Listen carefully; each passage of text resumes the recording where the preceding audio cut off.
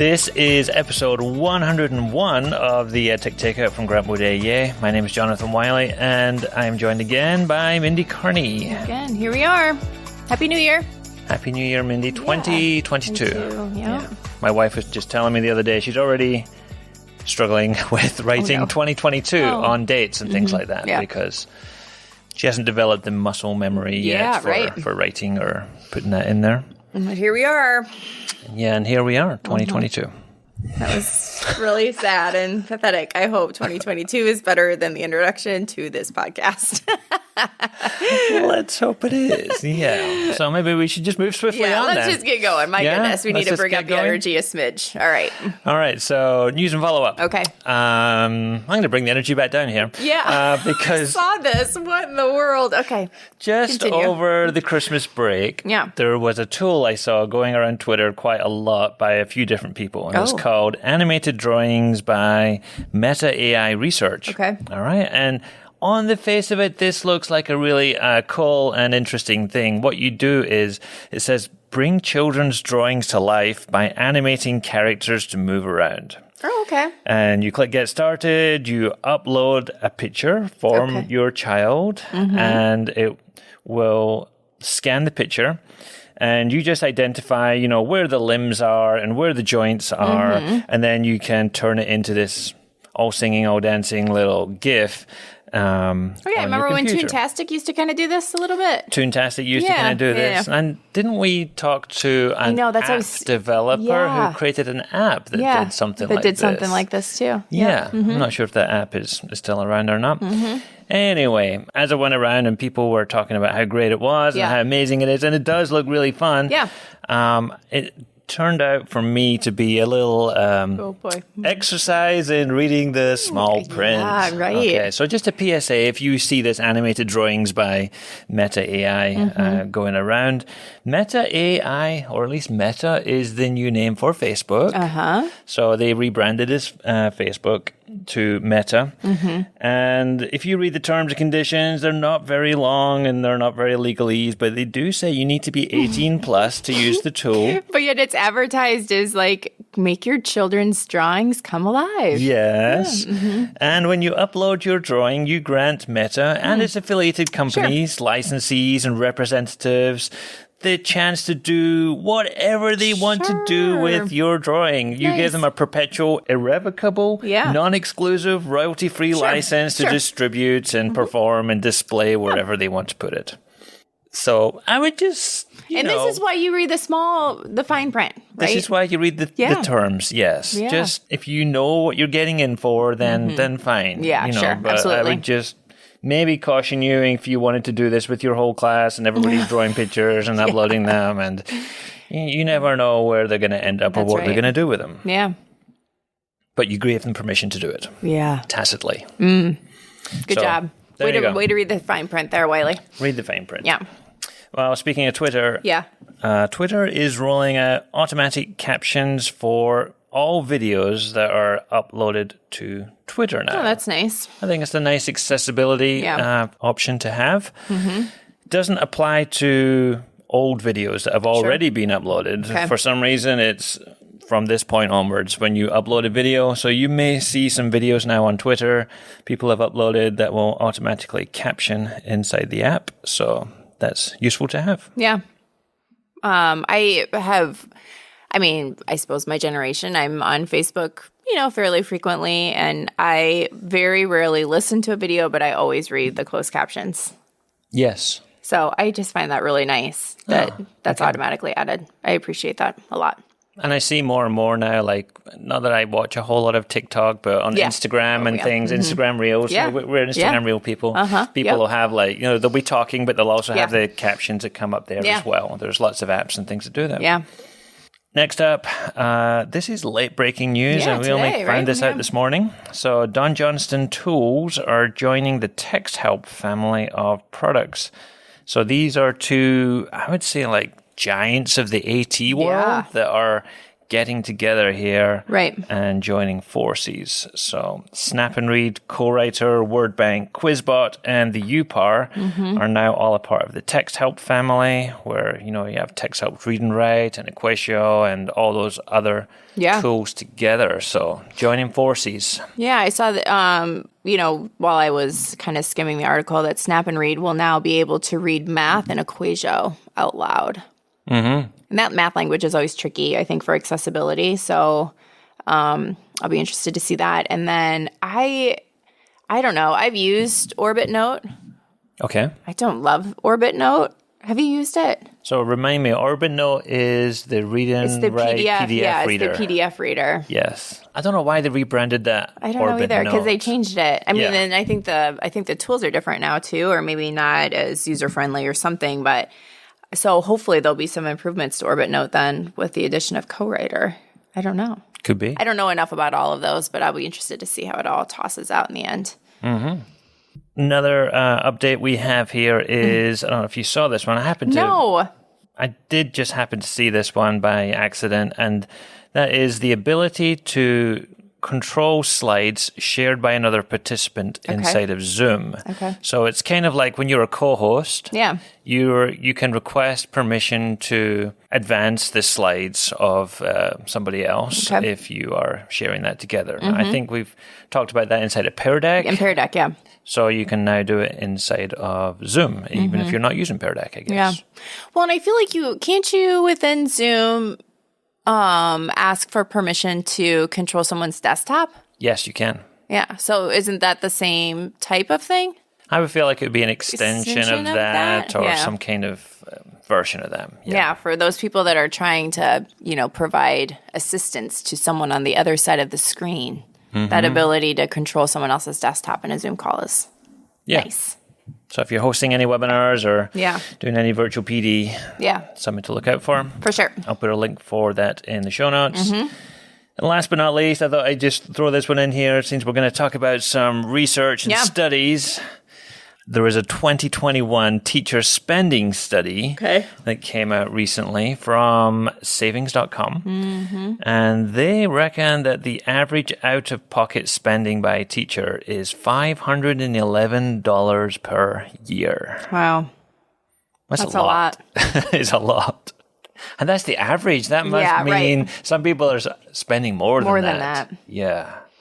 Well, and I wonder, too, if I would be curious of how many teachers are buying subscriptions or memberships to, like, tools of some sort on their own dime and then, so that their students can use it because there just aren't funds to do that type of thing. And those are pricier things, too, not to mention just the other day-to-day stuff that you feel like you need to grab as far as paper and pencils and all that extra stuff. Right. Not only just for your classroom use, but for students who might need it because they, didn't come to school with it or whatever. So yeah, there is a breakdown of some of the things, and then the top one is almost what you said there. So non-consumable classroom supplies, including books, curriculum, equipment, and software.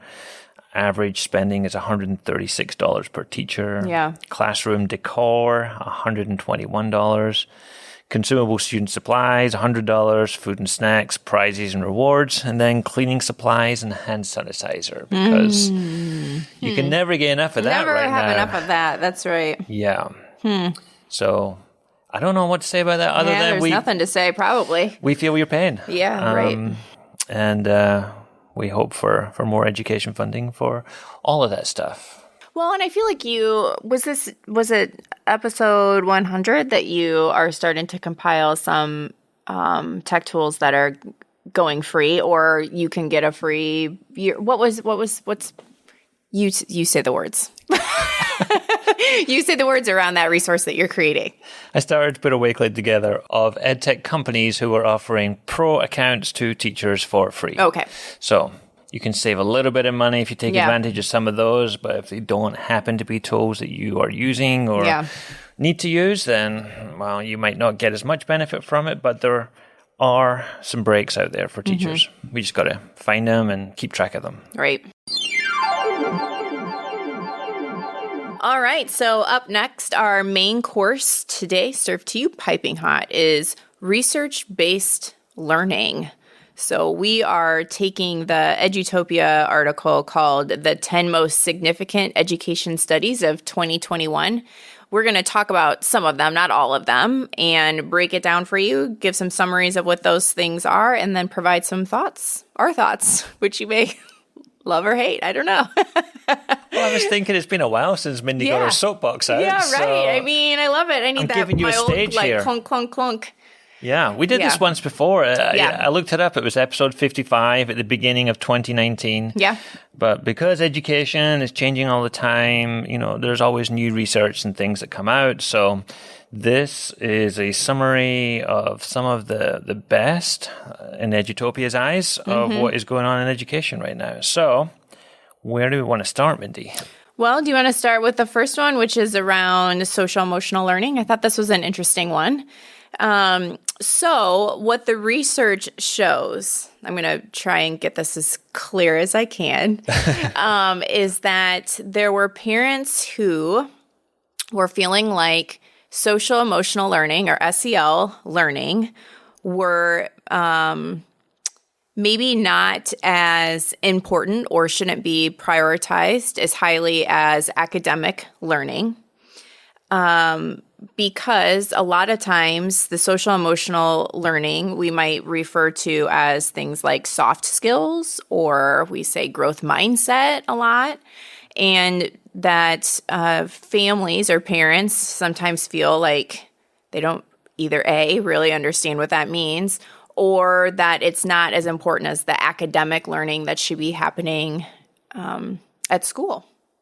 Right. It says here the term social emotional learning was very unpopular. Parents wanted to steer their kids clear of it, but when the researchers added a simple clause and changed it to social emotional and academic learning, the popularity shot all the way up to number 2 in the rankings. Yeah. So, it made me think about the branding of things and how we market things to parents, because in education we are just swimming in jargon all the time. And, acronyms and all kinds of stuff. And parents don't necessarily know what that stuff is. And so we need to give it better names, or we need to do a better job of explaining what it is. Yeah.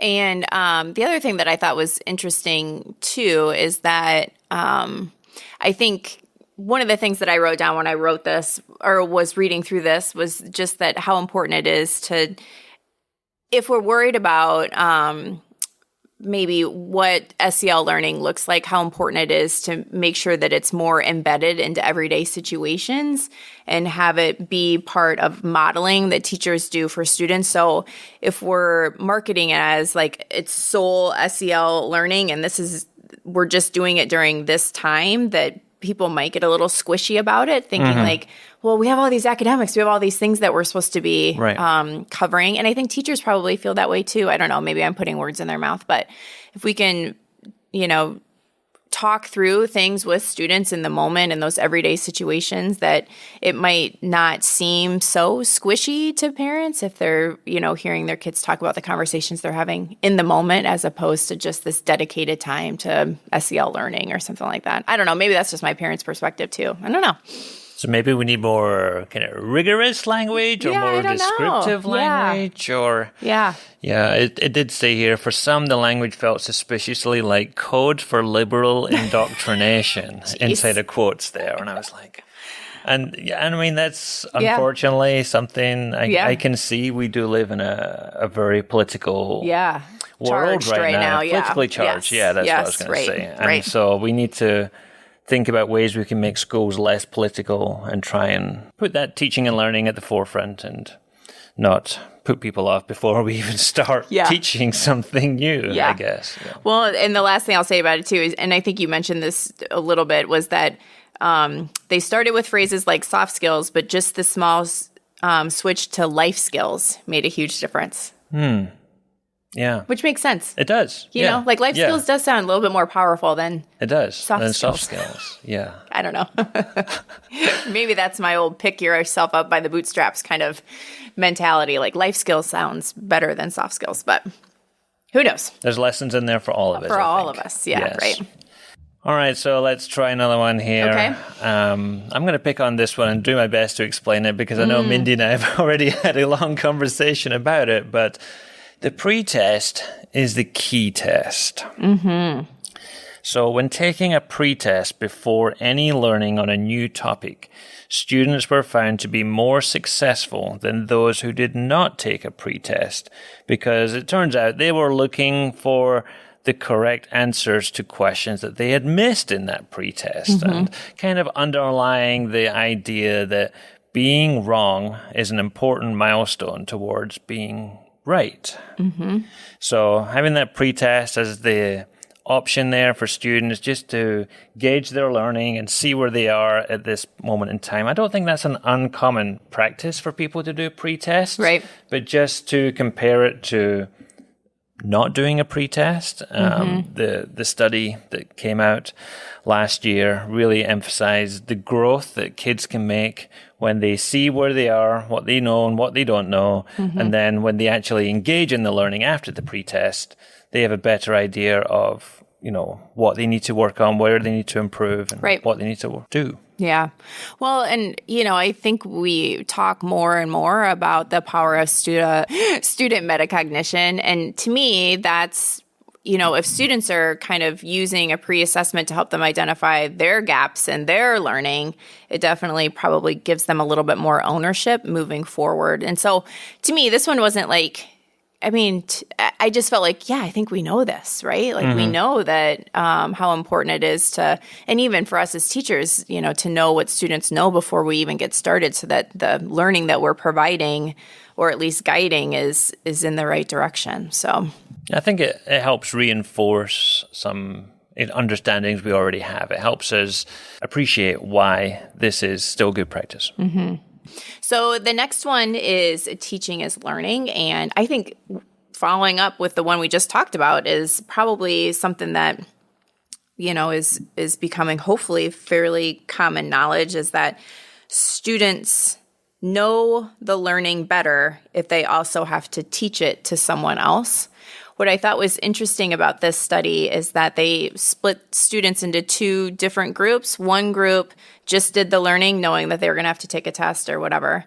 And the other group was told that they were going to have to teach someone else at the end of the learning. And that even though the students they didn't follow through with that second step. They didn't actually make them teach it to someone else. Just that precursor of thinking that they were going to have to teach someone else made their test scores were better by like 9% or something, which I think is a pretty hefty chunk. Yeah. So even though they didn't have to, and that's what I feel like we do a lot. We do, have kids say, okay, now explain it to someone else, which is fantastic. But even just the precursor of thinking you're going to have to teach someone else improved test scores. Yeah. And I think that works for adults as well. Like if you and I are going to stand in front of a group of teachers. It's like an accountability thing, right? Exactly. You're expected to know your stuff. And so we over-prepare and we dig deeper than we may normally have digged. Yeah. And digged. Doug. Hi, Doug. And it's just one of those things. Yeah. It puts more pressure on you. It adds more accountability, like you said on there. So... yeah, what's that expression? Those who can't teach, is that what people used to say? Right, yeah. And this would maybe fly in the face of that. So yeah, I like that. Yeah. I think maybe it's something that you don't want to necessarily do all the time because I think it would lose some of that power. I would think so too. If all of your assignments were, just kidding. Just to have that mindset of going deeper into the content. I like that. Yeah. There was a teacher that we're working with in one of our school districts, and she had been using the parking lot, which is the way she was using it is that students were taking questions that they had and would post them into a parking lot, and then she could go and find who needed what so that she could, decide if kids needed to group together or whatever. Is this like a board on the wall or something? Okay, it's not like the actual parking lot. No, not the actual parking lot. Yeah. And so an aspect that she added to it was that students could go up and share on a Post-it what they could teach to someone else. So if students went up to add their question to this board, they could look in the column where students had said, hey, I could teach someone this. Come and ask me a question. And I thought that was a really nice way for kids to kind of take ownership, and maybe adds that extra degree of, hey, you know what, I want to be able to put my name up there that I, can teach it to someone else. And so you wouldn't have to constantly be like, okay, now you need to teach someone else. But the opportunity to do that if someone were to need help was just a nice way to do that without any work from her. Like she didn't, doesn't have to do anything else. It's just kids volunteering to help others. Yeah, and it makes me think of, that ask 3 before me. Yeah. If you ask the wrong 3 people, then you're in trouble, you're not right? going to get any further. But if you knew which 3 people to ask, then that's much more powerful. Yeah, right. Yeah. Divide and conquer. Divide and conquer. Okay, so let's do number 7, which was about racial and gender bias still being present in children's books. Yep. I feel like this was surprising that we still have to talk about this and that this is still an issue that people are finding. But some of the most popular and well-regarded children's books, including Caldecott and Newbery Honors among them, persistently depict Black, Asian, and Hispanic characters with lighter skin, according to new research. Yeah, and so one of their examples was books about Martin Luther King Jr., who... I'm reading in quotes. Martin Luther King Jr.'s chocolate complexion is actually depicted as light brown or beige. And I thought that was interesting. Something I probably wouldn't have recognized myself, but I was talking to this about this with my husband because I was just like, oh my gosh, I don't know that I ever would have recognized this being who I am, and I was really shocked, but I'm so glad that someone is looking at this, because I'm not sure that without people actually looking into this and bringing it to the surface, that it would be something that that would be talked about. The other thing that I thought was interesting is that female characters are often seen but not heard. Yeah, yeah. I'm sure my husband would be like, that sounds great. I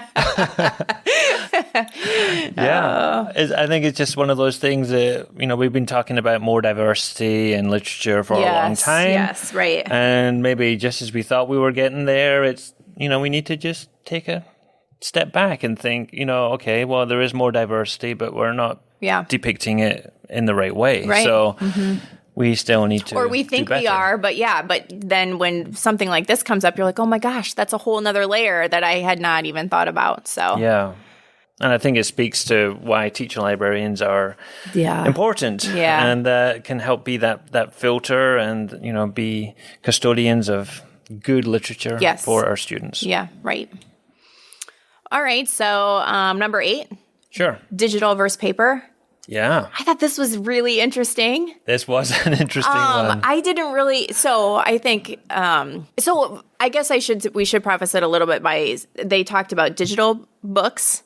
Yes. And paper in your hand books.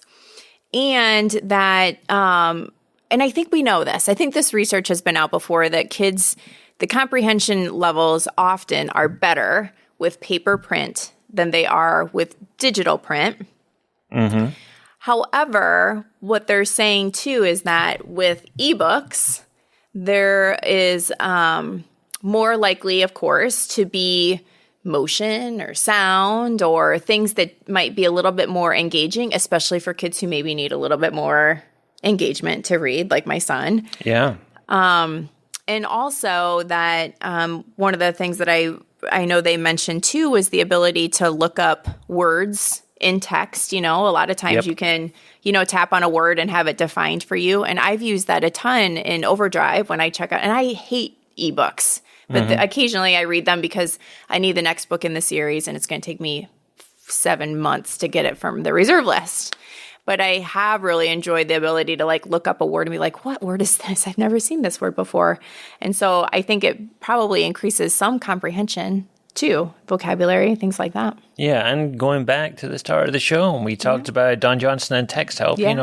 The ability to have some of that text read aloud is really interesting too. So, I mean, this is like two sides of the same sword here or something. It's like print is going to be better for maybe most kids most of the time, but you can't discount digital because of that multimedia content, because of the extra accessibility for, the extra tools like the built-in vocabulary tools. Right. So, yeah, I'm just not sure what the way forward is with it. I don't know. I think it's basically saying that digital is not going to replace paper yet, and that there's still a place for both. Yeah. And then we just need to try and find a balance and try and find when is the best option for using each text. Yeah, and I thought I had read in there, and I'm just trying to pull this from my memory, but that there was something about that other apps have been disabled or something like that on those ebook readers. So that's the other thing I think about reading on a digital platform of some sort is you have more distractions. Yeah, I mean, stuff is popping up on your screen, or you're getting text messages too, or whatever. So yeah, I'd be interested, like in 5 years, with the way technology, continues to improve. I'll be curious in 5 years what research like this is, and if we see something different by then. Yeah, I agree. And I would like somebody to do digital versus paper versus like audio format. Oh, yeah. And do like, because, these are both kind of visual. Yeah. Visual text. So if you had an audio text in there, how would that come out in the wash? Yeah. I know, like I've mentioned before, my son doesn't really love to read, but he did have to read a book or something. I don't know. I'm pretty hands-off. I don't know if people know this about me. My parenting is real mediocre, but he was talking to me about having to read a book, and I'm like, well, that's great. Where is it? And he's like, I'm just listening to it. And I'm like, oh. But, and when he finished listening to it, he's like, oh, that was really great. I really enjoyed it. And so I guess at some point you just got to embrace the audiobook thing, even though he doesn't struggle with reading. It's not something that's hard for him. He just prefers not to do it. But so I don't know. All right. So I think the last one, is it our last one? Yeah. All right. So the last one. The last one? You're kind of like shuffling under the table there? No, I'm not. I'm trying to think about how to start the talk about it. So it's all about, it was some research around COVID. Yeah. And the stress levels that teachers are feeling, which is extremely high. Mm-hmm. One of the things that I wrote down about this was this new term, which I had not heard before, Techno Stress. Have you heard this? I had not heard this one before. So I was reading the actual research that was cited in this article just because I was kind of interested. And that techno stress is the stress or anxiety that people feel when using technology, which seems pretty self-explanatory. And the reason that it's being used when talking with teachers is because technology has kind of provided a new working condition for them that they might be unfamiliar with in ways because they are starting to have to reimagine what their instruction might look like.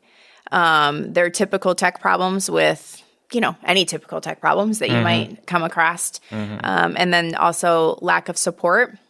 The other thing that I noticed too is that people have more techno stress if they went into the pandemic with low tech confidence. Oh, okay. Which makes sense. That does make sense. Because it really, the pandemic has certainly elevated the use of educational technology. Yeah, the minimum bar that's required for using technology has gone up. It's gone up, So that's one of many reasons that teachers are feeling a lot of stress right now around COVID. So Techno stress.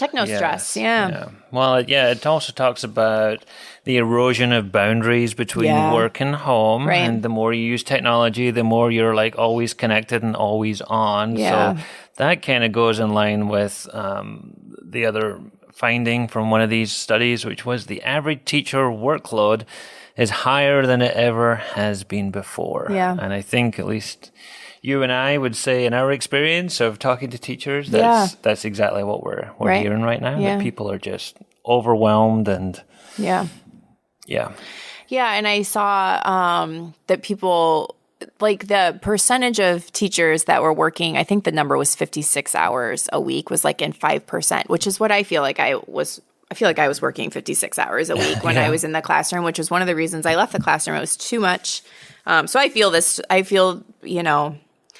I don't know what it's like to teach during COVID. I do know what it's like to feel a lot of stress and feel overworked. I do know that this is probably at a different level than it was when I was there, but that it went from like 5% of teachers feeling working 56 hours to a crazy amount, like 90% or something like that. Like I cannot wrap my brain around that. Yeah. That's horrible. In April 2021, 92% of teachers said their jobs were more stressful than prior to the pandemic. Well, that makes sense. So, yeah, that's basically that seems right. All the teachers said all the things teachers are in the more world. stressful because of the pandemic. So, yeah, what are we doing to help those teachers? I mean, I think that's the question we need to be thinking. What are we doing to try and make things better for teachers? That's the challenge for administrators right now, just to try and make sure everybody gets that time to have mental health breaks and get the support they need to do the things that they still have to do. Mm-hmm. Nothing new there. There was nothing shocking in that study at all. Yeah, so there you go. That seems right. COVID is the worst. Yeah, COVID is the worst. All right, now on to my favorite part of the show. It's Tech Nuggets. You go first. Oh, okay. No debate this time about who's going first. So my Tech Nuggets are sponsored by Richard Byrne this week. So both my nuggets come from Richard Byrne. I'm going to start off with one that's called Volley. So... Just Volley. I was waiting for something else, like something to follow that. I almost said Volley for education, but then I realized the actual tool is just called Volley. This is one of those tools, and I'm always kind of curious about tools that are created by former teachers. This is one such tool. Used to be a teacher, then became a trainer in the business world, and then became a kind of tech entrepreneur.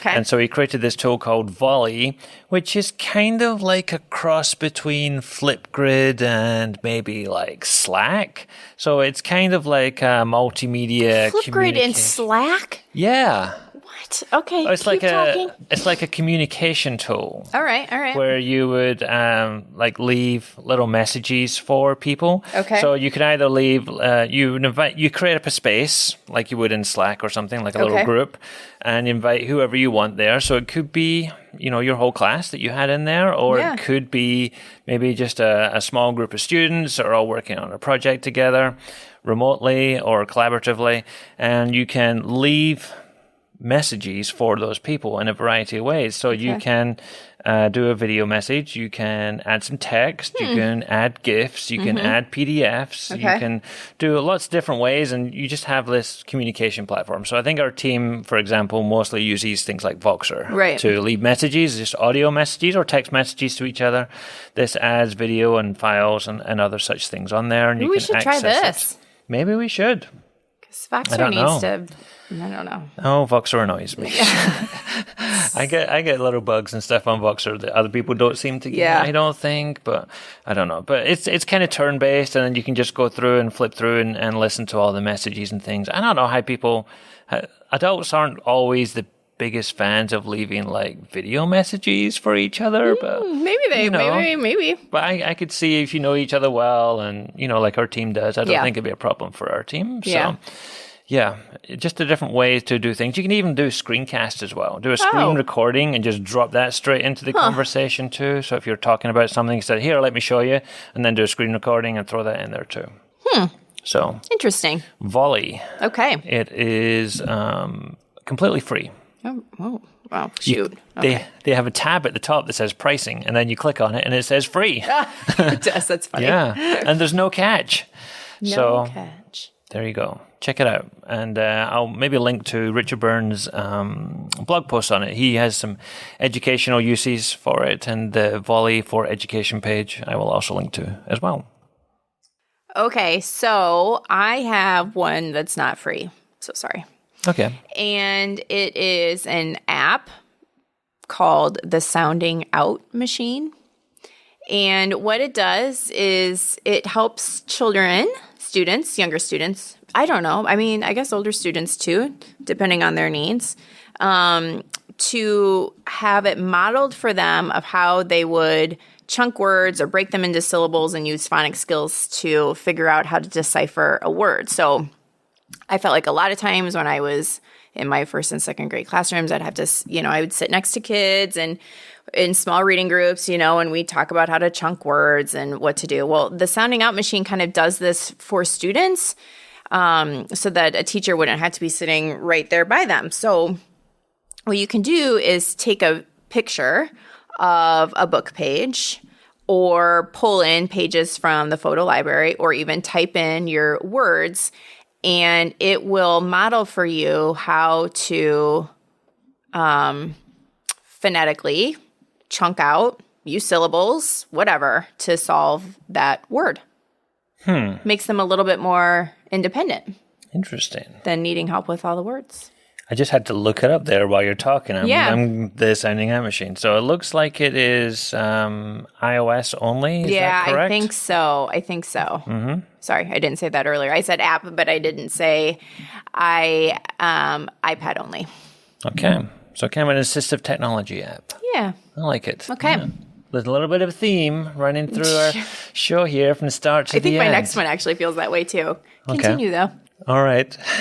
My second tech nugget, borrowed from Richard Byrne, is called Ziplet, which is one I had not heard of before. So it's an exit ticket tool. Ooh, okay. So I think exit tickets, I think like Google Forms, and they're fine, but they're not always the most interesting or interactive or engaging. So I feel like these ones look a little bit nicer, and they're very quick and easy to do. Okay. They've just had an update now, so the students can use Ziplet without even logging on. They just go to a URL that you give them. I like that. And you can do a very quick exit ticket. Nice.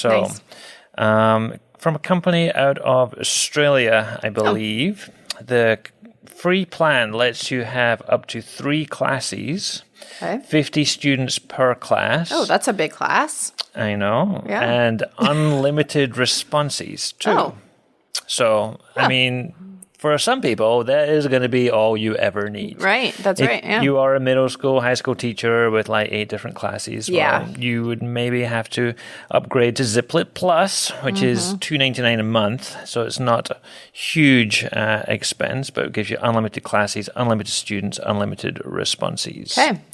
So Ziplet. I've never heard of that before. No, I had not heard of that one before either. So thanks, Richard Byrne. And me for sharing it. Oh, yeah. And you. That's right. Yeah. Okay. So my next one, I believe, comes from Tony Vincent. I should click on this and make sure that that's the tweet that I shared. Yep, Tony Vincent. Did you know that you can change the size of captions on a YouTube video? Have you shared this before? I don't think I Did you know this is a shared thing? this before. Okay, so... Talk more while I look it up. All right, so... If you are, let's imagine you're playing a YouTube video like for your whole class. Okay. So you're projecting it and you have closed captions on because you know that that is an important accessibility feature that YouTube provides. So if your students are away at the back of the room, they might have a harder time reading and seeing those captions. So you can, drag the captions to the top of the screen and then press the plus on your keyboard to increase the text size.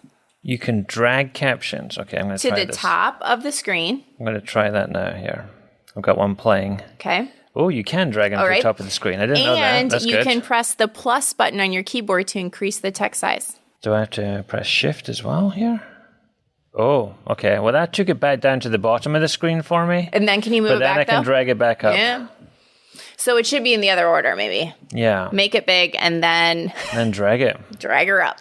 Yeah, so I had to do like shift, but shift and minus makes it smaller. Interesting. I did not know that was a thing. I did not know that was a thing either. So good job, Tony Vincent. Thank you for bringing that up November 9th of 2021. So I don't know how new it is. If he was just resharing it, but it for certain has been around since that long ago.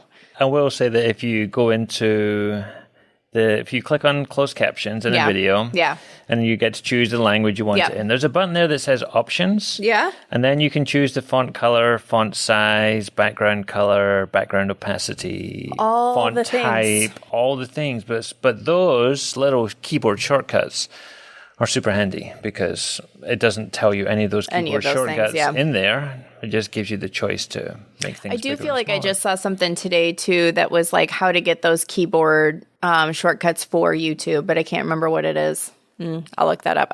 I'll think about it. Somebody shared that, then I'll think about it. Oh, it was the guy that we had on the podcast guest, the foreign language guy. Oh, Joe Dale. Joe Dale shared it. He was like, "Oh, here's a screenshot of all of that." Maybe I'll look that up and pass that your way. Friend of the show, Joe Dale. Yeah. Yeah. But now I need to reset my closed captions on YouTube because they are ginormous. But, hey, I don't need to wear my glasses anymore. Okay.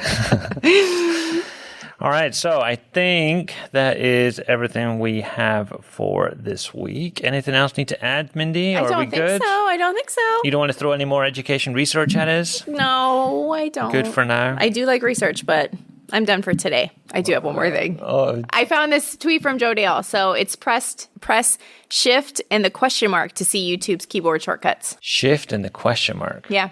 It works. Genius. Thanks, Joe. Yeah. This is changing my life on YouTube right now. Okay. Just one keyboard shortcut at a time.